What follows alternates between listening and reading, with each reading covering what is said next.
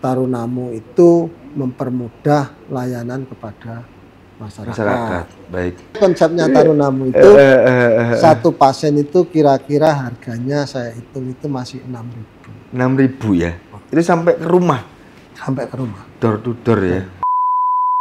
Selama itu kan mindsetnya orang, kalau sudah dengar RSUD, itu pelayanannya pasti. Oke, ya. Underestimate ini akan betul. saya babat. Siap. Dalam 2 tahun insya Allah, kemudian saya lihat evaluasi sudah tren trust masyarakat sudah mulai naik.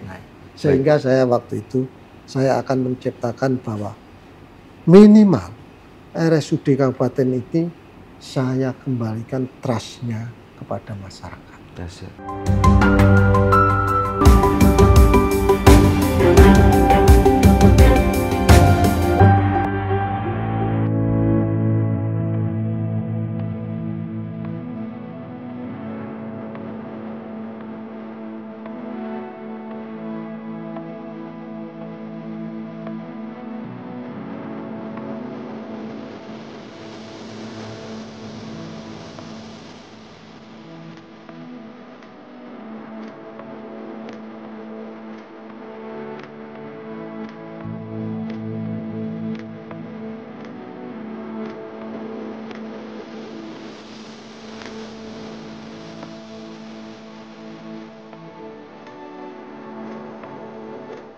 Assalamualaikum warahmatullahi wabarakatuh. Salam sejahtera bagi kita semua. Salam Om Swastiastu, Namo Buddhaya, salam kebajikan.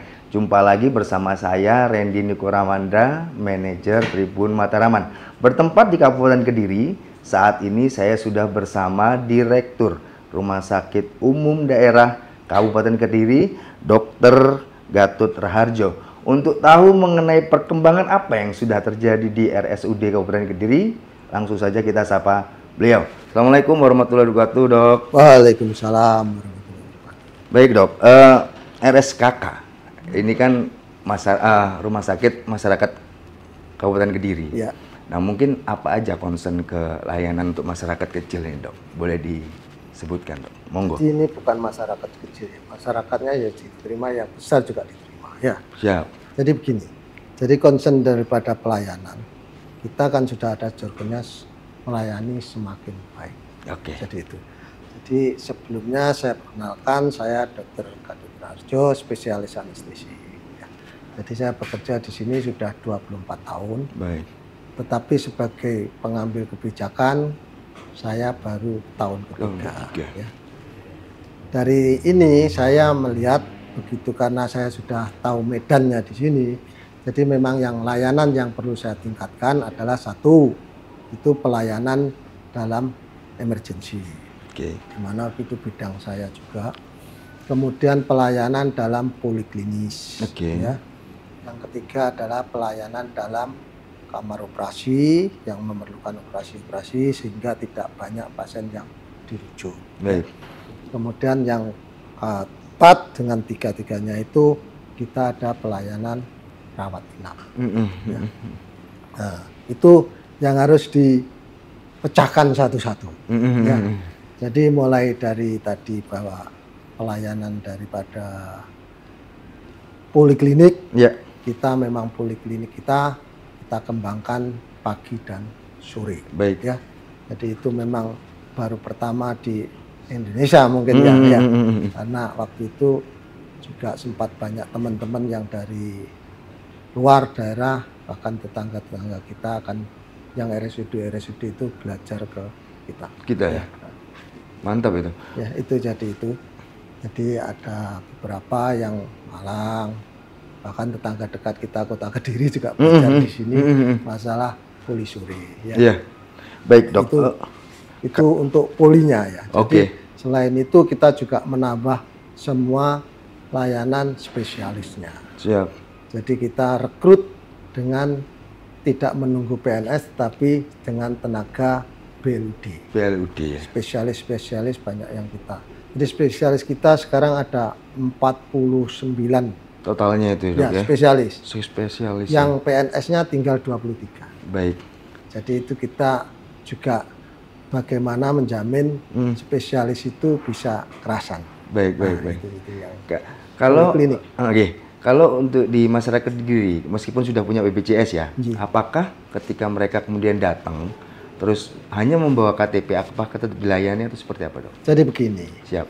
Jadi dengan adanya rumah sakit itu ada poliklinik, ada namanya emergency. Siap. Emergency buka 24 jam. Nggih. Hal-hal yang tidak di emergency itu adalah di poliklinik. Siap. Kalau di poliklinik, sistemnya di sini 96% kan sudah UHSI. Oke. Jadi pasien kita hampir 96% adalah BPJS. Iya. Jadi kalau dia tidak lewat UGD, lewat poliklinik berarti bukan gawat darurat.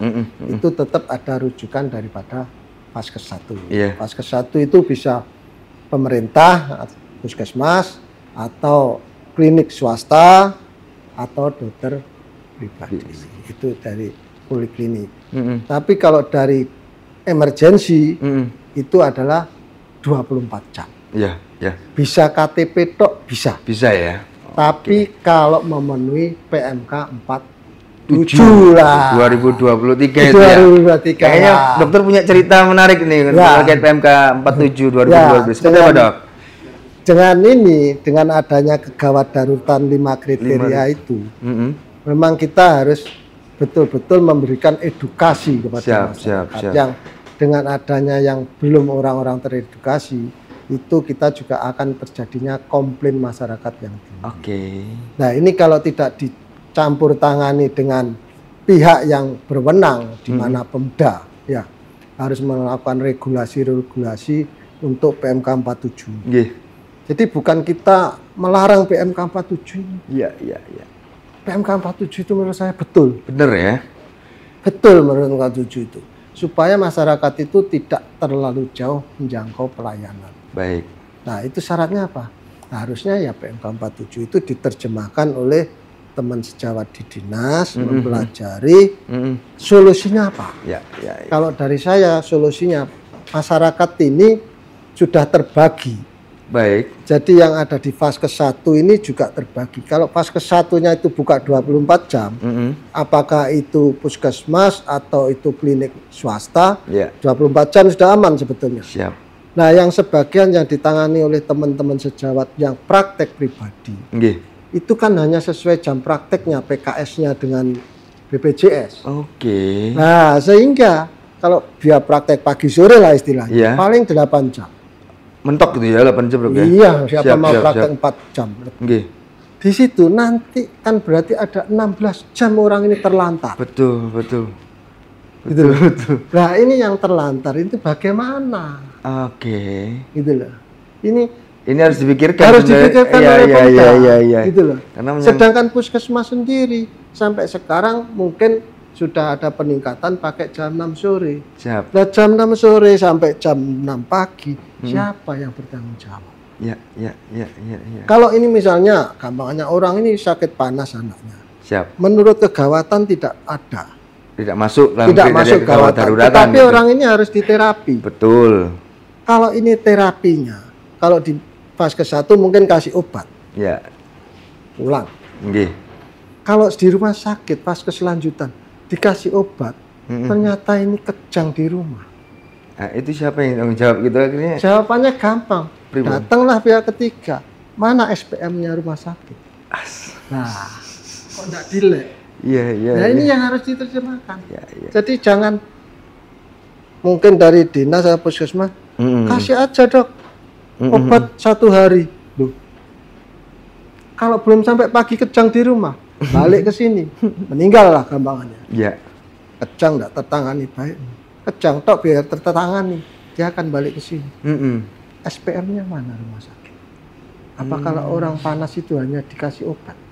Nah ini yang harus dibedakan. Kalau itu dijawab di puskesmas mungkin SPM-nya seperti itu. Tetapi rumah sakit tidak bisa rumah sakit seperti itu. Makanya solusinya ya dibuka semua Vaskes 1 24 jam. 24 jam, baik. Nah, saya mengusulkan sebetulnya dulu kalau memang tidak buka, ada Vaskes yang bisa menjamin orang-orang ini saya dirikan Vaskes. Kalau rumah sakit tidak boleh mendirikan, ya teman-teman lain mungkin bisa swasta bisa mendirikan yang di dekat rumah sakit, sehingga bisa menampung di situ. Siap. Nah, ini yang saya alternatif, misalnya di sini gampangnya PMI buka Vaskes. Ya di situ diarahkan. Di situ. Dan modalnya pakai apa? Minta kapitasi sekitar. Ini ada disekitari oleh 4 puskesmas yang besar. Iya, iya. Badas, Pojara, Bendo, Pare. Misalnya ini berdiri Vaskes di PMI. Ya sekitar itulah minta 1.000, 4.000 orang kalau itu dikalikan 7 juta lah gampangannya. Sudah berapa? 20 juta. Iya, iya. 7.000 kok 7 juta. 7.000 sudah 28 juta. Iya, iya. Sudah bisa hidup.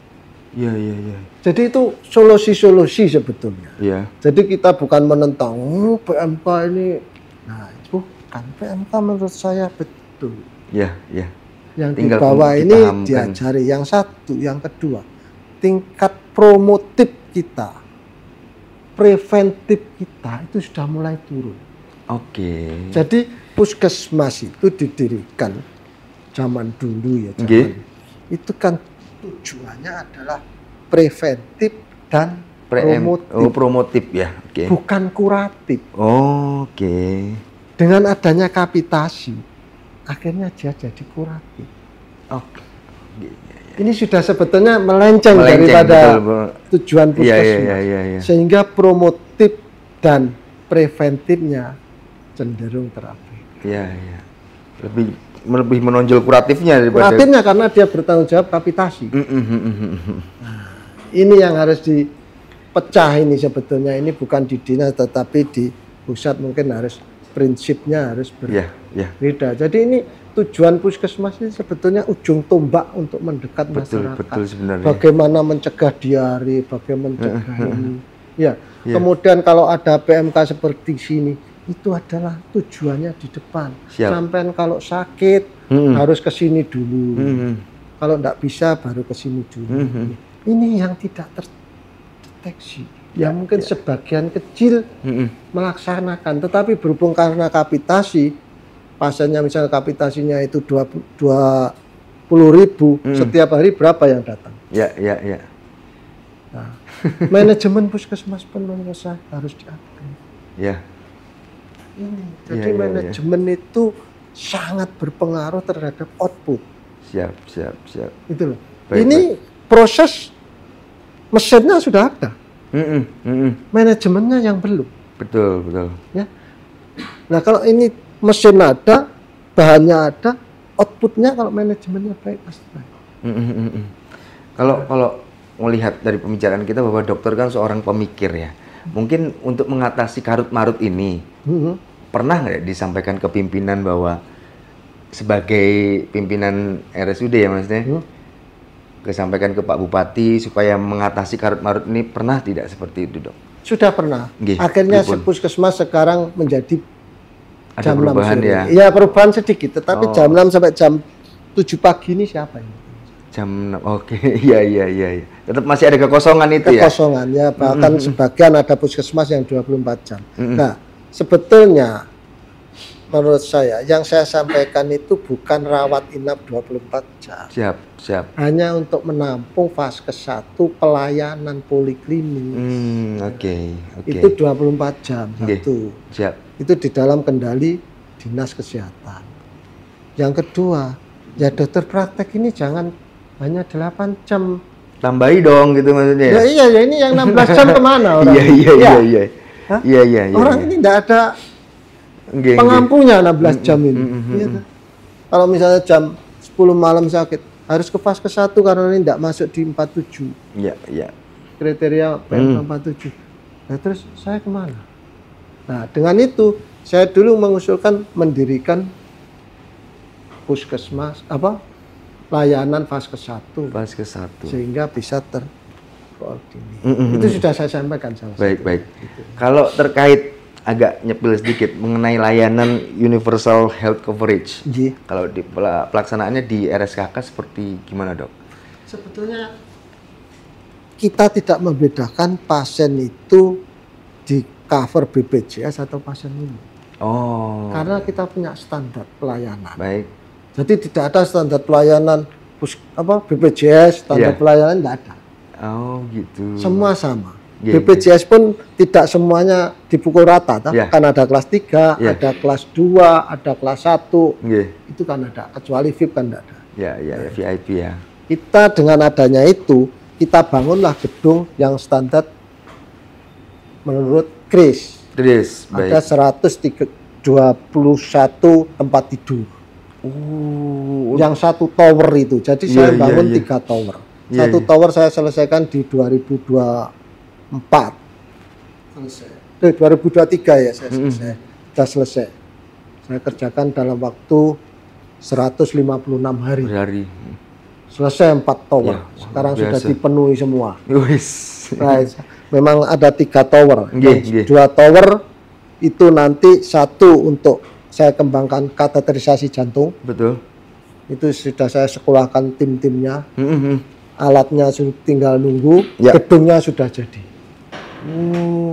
Bangunannya nanti bisa dilihat, kalau mau lihat di situ sudah ada intensif kardionya, ada alat-alatnya, ada VIP-nya, ada kelas 1. Itu yang gedung baru yang ada di RSKK. Oh iya. Nah, yang di C itu ya. Saya khususkan untuk tempatnya kamar operasi, karena kamar operasi kita loadnya sudah tidak karuan, nggak mampu nampung ya. Kita loadnya sebulan 600. Wow. Itu saya hitung cuman Sabtu Minggu sudah tidak ada elektifnya. Tetapi tetap ada terus. Itu sudah 600. Mungkin di Kediri Raya ya mungkin lumayan lah. Kita 600 operasi. Baik. 1 bulan bisa lebih. Luar biasa ya. Sehingga kita siapkan di gedung C. Yang akan selesai mungkin tanggal 27 Januari. Tinggal dekat lagi nih ya.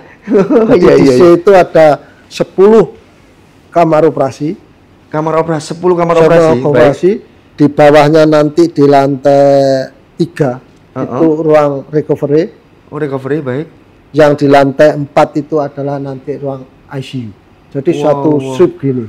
Khusus ya itu ya? Khusus. Di bawahnya lagi nanti untuk sterilisasi alat-alat. Wow, keren banget. Bawah sendiri adalah untuk parkir. Itu visionnya luar biasa ya. Dibiayai oleh BLUD.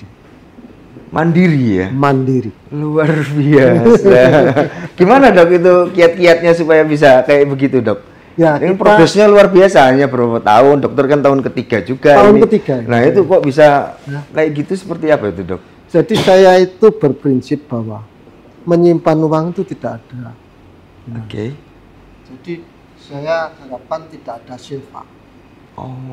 Nggak ada uang kembali, pokoknya serap semua pokoknya ya? Serap. Hanya saya sisakan untuk operasional mungkin 2 bulan. Siap. Jadi semua saya gunakan. Kalau kurang, saya pinjam. Saya pinjam itu tidak ada jaminan karena kita tidak punya aset yang harus dijaminkan. Ya, karena ini yang ada ini punya Pemda. Sehingga hanya izin pinjam. Siap. Nah, di situ yang menentukan adalah bank. Kekuatan saya berapa menurut neraca saya. Ini sudah saya mulai tanggal 20 kemarin sudah angsuran pertama saja. Tapi kan nyata bentuknya kan jadi ini gitu loh dok, maksudnya pertaruhannya begitu dari nyata ya dok ya. Luar biasa. Jadi saya memang pantang mangkuk, ya saya harus siap. Ini yang harus saya kembangkan untuk masyarakat. Jadi saya efisiensi betul. Saya datang ke sini ada sekitar 86 orang berhenti karena kebijakan saya. Itu karena gendut secara internal atau memang revitalisasi yang memang harus dipangkas? Jadi begini, saya itu berprinsip di sini. Saya tidak akan melakukan rasionalisasi pelan-pelan. Saya revolusi. Karena ini sudah berat ini. Sudah berat. Momennya bareng sama Pak Jokowi berarti ya, revolusi mental itu ya sudah. Revolusi. Luar biasa. Revolusi. Jadi termasuk revolusi semua di sektor. Saya harus tahu. Misalnya gampangannya, ini kerjaannya gampang AC. Saya harus tahu orang ini mampu di AC atau tidak. Jumlahnya cocok apa tidak. ini dikerjakan oleh siapa. Nah itu contoh yang gampang ya, yang real yang kita lihat ini ya. Oh ini saya datang, oh ini AC dilakukan oleh vendor. Baik.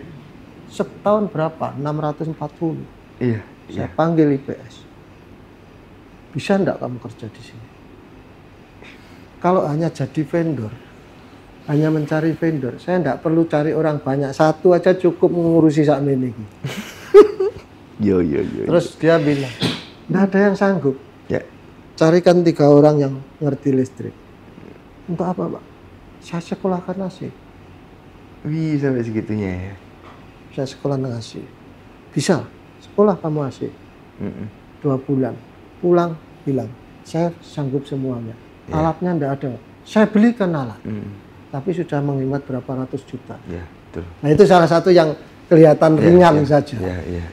Gitu, Kelihatan menonjol ya. Iya. Dok, kalau melihat perubahan-perubahan yang terjadi, goalsnya dokter secara pribadi untuk RSKK itu seperti apa, Dok? Goalnya? Apa? Iya, goals. Jadi apa yang ingin dicapai? Jadi begini, saya yang ingin saya capai di sini bahwa selama itu kan mindsetnya orang, kalau sudah dengar RSUD, itu pelayanannya pasti. Oke, ya. Underestimate ini akan betul. Saya babat. Siap. Dalam 2 tahun insya Allah kemudian saya lihat evaluasi sudah tren trust masyarakat sudah mulai naik. Sehingga saya waktu itu saya akan menciptakan bahwa minimal RSUD Kabupaten ini saya kembalikan trustnya kepada masyarakat. Itu aja. Iya. Itu selama di sini saya 24 tahun. Ini sudah ketinggalan dengan rumah sakit kecil-kecil di sekitar. Iya. Masuk RSUD orangnya sudah sing katanya jahat, sudah sakit dimarahi. Hapus. Jadi merubah image itu ya? Membangun branding baru lagi. Sebelum merubah masyarakat, harus merubah mindset pegawai sini. Oh betul. Mindsetnya dirubah sendiri. Kalau Anda merasa PNS, saya digaji pemerintah, lebih baik kamu nikmati gajimu, duduk di sana, tidak mengganggu saya. Betul. Ya, gitu ya, sampai penekanannya begitu ya? Iya.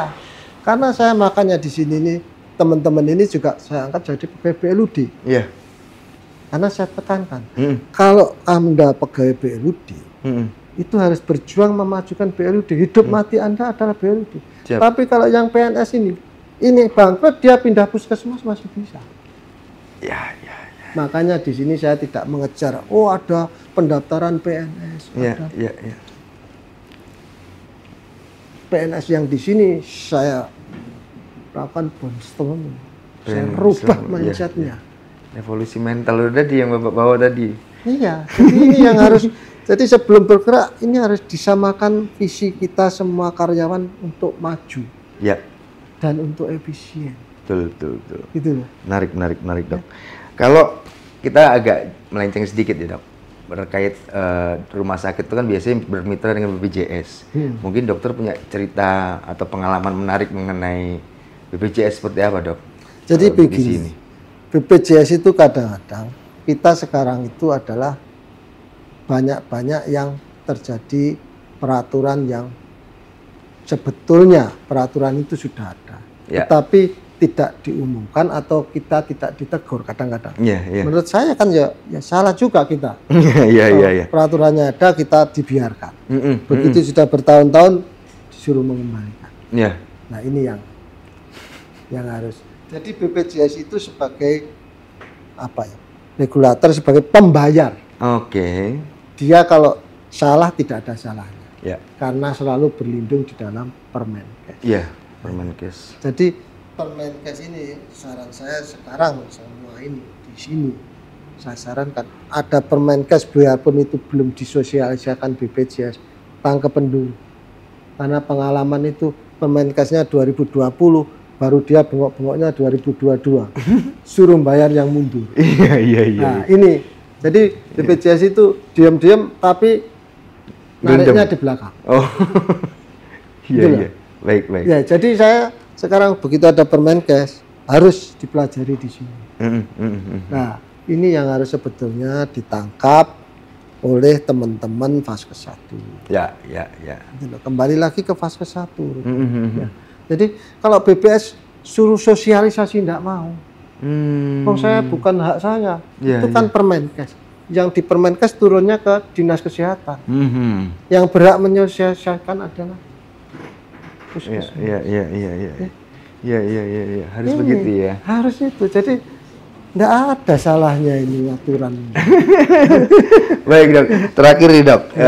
RSKK Kediri kan punya terobosan program baru namanya Tarunamu.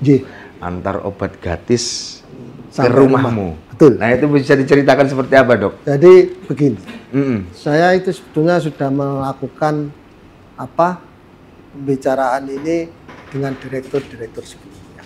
Baik. Ya, saya direktur-direktur mungkin tidak sama dengan visi saya. Iya. Ada satu direktur ternyata diakomodir saat beliau jabat di sini. Siap. Karena itu sudah saya ciptakan sebetulnya sebelum saya sebagai pengambil kebijakan. Tapi pernah saya usulkan direktur itu sebenarnya banyak kendalanya gini. Saya bilang gini, loh, ini kan layanan. Siap. Kendalanya di mana? Kendalanya di payung hukum gini. Nah, payung hukum itu yang kita buat. Iya. Jadi memang ini juga saya satu ya, Tarunamu itu mempermudah layanan kepada masyarakat. Baik. Tetapi kendalanya masyarakat itu kadang-kadang masih diantar pun ada sebagian yang pengen menerima langsung obat itu.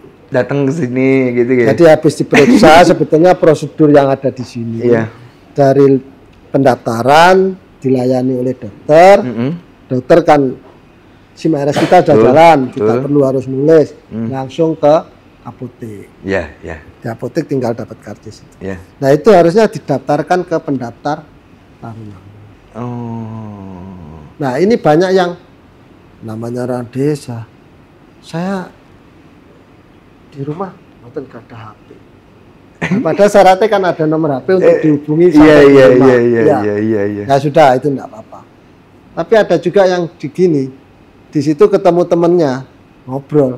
Mau dilantari ke rumah, saya milih di sini aja sambil ngobrol. Nah, inilah Tarunamu.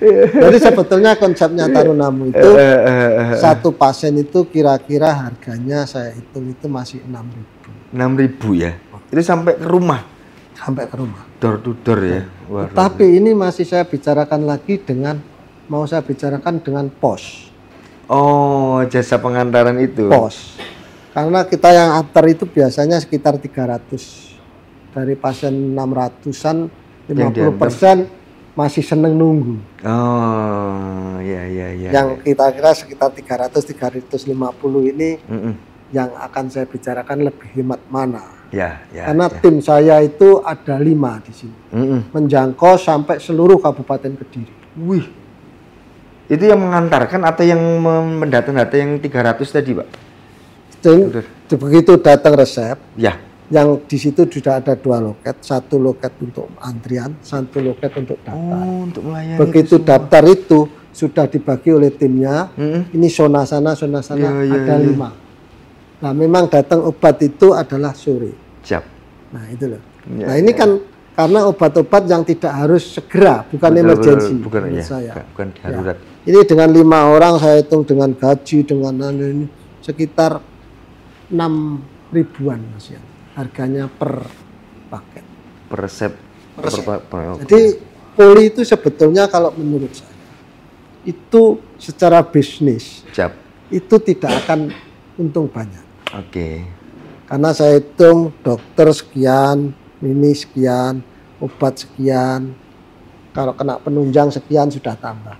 Jadi kalau rata-rata 1 hari 1 pasien di poliklinik itu untungnya tidak akan lebih 20.000. Jadi kalau pasien saya 700-800 paling 14 juta. Sehari dok? Kecil. Oh kecil ya? Kali 30 hari. Saya bayar berapa? Siap. Nah, jadi poli itu saya buat senyamannya. Itu sebagai promosi saya. Mengambil peran puskesmas tadi yang tidak maksimal sebenarnya. Nah makanya itu poli pun itu semuanya masih poli tahun 74. Iya. Jadi bentuknya masih kayak sepur. Iya. Tapi pelayanannya kan mudah. Tapi itu nanti harapan saya tahun 2027 saya Siap. kalau sudah bernafas untuk di belakang. 2 tahun lagi saya ciptakan poli di seberang itu. Wow. Itu nanti saya bentuk gini. Wow. Itu set plan-nya saya sudah ke arsitek, sudah jadi. Wow. Menarik itu, menarik. Nanti kita ulas di pertemuan berikutnya ya dok gitu ya. Itu set plan-nya seperti itu. Nanti poli itu menurut Kemenkes harus terintegrasi rumah sakit. Saya pakai bridging, jembatan, tapi tidak naik tangga. Saya pakai eskalator. Wow. Di tengahnya nanti bisa saya kasih jualan. Iya. Ini yang 2027. Jangka panjangnya seperti itu. Baik dokter, terima kasih atas waktunya. Baik Tribuners, itu tadi bincang santai saya bersama Direktur Rumah Sakit Umum Kabupaten Kediri, Dr. Gatot Raharjo. Semoga bisa diambil hikmah dan manfaatnya. Sebelum saya pamit, saya sampaikan terima kasih dan semoga ini bisa menjadi hikmah buat kalian semua. Assalamualaikum warahmatullahi wabarakatuh. Download Tribun X sekarang. Menghadirkan lokal menjadi Indonesia.